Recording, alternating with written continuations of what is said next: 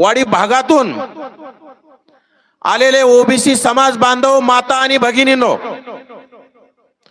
बांधवांनो, गेल्या 2 वर्षापासून या राज्यामध्ये ओबीसीचं संपूर्ण अस्तित्व संपवण्याचा डाव या राज्यातील सर्वच प्रस्थापित जातीवादी नेत्यांनी सुरू केला। आणि खरं तर लोकसभेला आपले लोक त्याला बळी पडले आणि आपल्या लोकनेत्या, आपल्या या बीड जिल्ह्याच्या संघर्ष कन्या मुंडे साहेबाची लेख नामदार पंकजाताई मुंडे यांचा लोकसभेमध्ये पराभव करण्याचं काम केलं।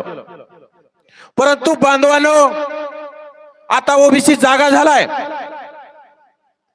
कारण लोकसभेचं वातावरण विधानसभेला बदललंय। जरांगे नावाच्या माकडानं विधानसभेला नामदार भुजबळ साहेबाला पराभूत करू, धनंजय मुंडे साहेबांना पराभूत करण्याच्या वल्गना केल्या। परंतु भुजबळ साहेब बी पराभूत झाले नाही आणि धनंजय मुंडे साहेब तर या महाराष्ट्रात 1 नंबरच्या लीडनं निवडून आले।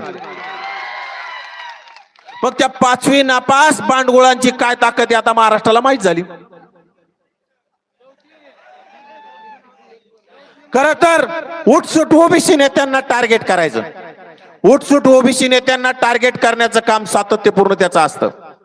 आणि खरं तर आमच्या महाराष्ट्रभर लक्ष्मणराव हाके असतील, आम्ही सर्व बळीराम तात्या, आम्ही सगळं फिरत असताना या राज्यातील ओबीसीनं चंग बांधला आणि विधानसभेला ज्या ज्या लोकांनी जरांगे नावाच्या माकडाचं आंदोलन उभं केलं, यांना पराभूत करण्याचं ठरवलं।